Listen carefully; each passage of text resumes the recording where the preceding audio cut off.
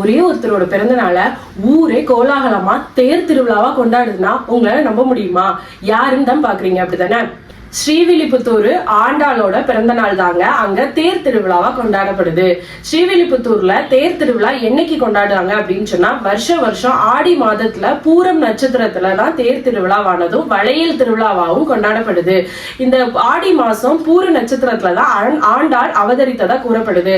இந்த ஆண்டாள் சிறுமியா இருக்கும் போதே ரங்கமன்னாரை வேண்டி ரங்கமன்னருக்காகவே பிறவி எடுத்து வந்ததாக வரலாறுகள் எல்லாம் கூறப்படுது. இந்த ஸ்ரீவில்லிபுத்தூர்ல உள்ள ஆண்டாள் தேரோட்டமானது ஆடி பூரத்தன்னு தான் நடைபெறுதுங்கிறது ஒரு சிறப்பு வாய்ந்தது.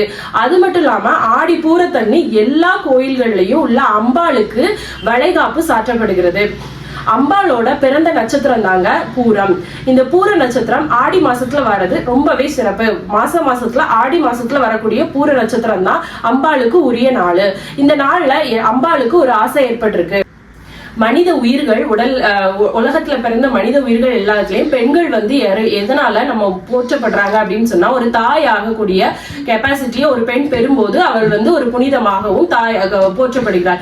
இந்த மாதிரி சூழ்நிலையில அம்பாள் நினைச்சு பார்த்திருக்காங்க, எனக்கும் வளகாப்பு போட்டு பார்க்கணும்னு ஆசையா இருக்குது மத்த மக்கள் மாதிரி அப்படின்னு சொல்லும் போதுதான் ஆச்சாரியர்கள் எல்லாருமே ஆடி பூரத்தன்று அம்பாளுக்கு வளைகாப்பு சாற்றுவதை ஒரு வழக்கமாக வரலாறாகவே கொண்டு தொன்று தொட்டு வழிபாடு இன்னைக்கு வரைக்கும் நடந்துகிட்டு இருக்குது.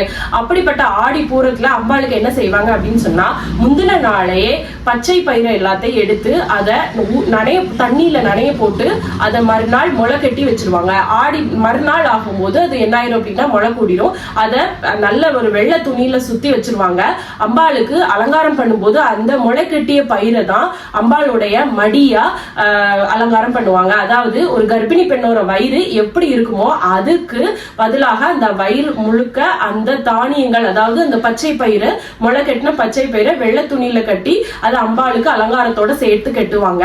அதுக்கப்புறமா அம்பாளுக்கு வஸ்திரம் சாத்தி வளையல் பூட்டி, கை நிறைய வளையல் பூட்டி, சுத்தி இடங்கள் எல்லாமே வளையல் மாலையால சாத்தி அலங்காரம் பண்ணுவாங்க.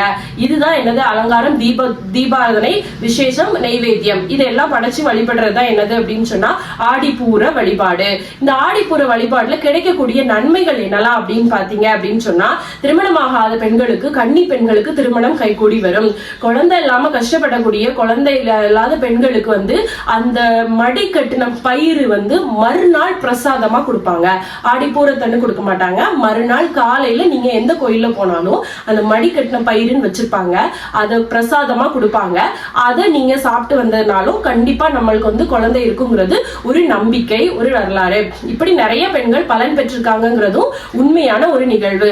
அதனால நீங்களும் மறக்காம ஆடி பூரத்தன்னு பக்கத்துல உள்ள அம்மன் கோயிலுக்கோ சிவன் கோயிலுக்கோ போய் அங்க உள்ள அம்பாளுக்கு உங்களால் முடிஞ்சத மஞ்சள் குங்குமமாவோ இல்ல ஒரு செட்டு வளையலாவோ வாங்கி கொடுத்து அர்ச்சனை பண்ணிட்டு வாங்க. நன்றி.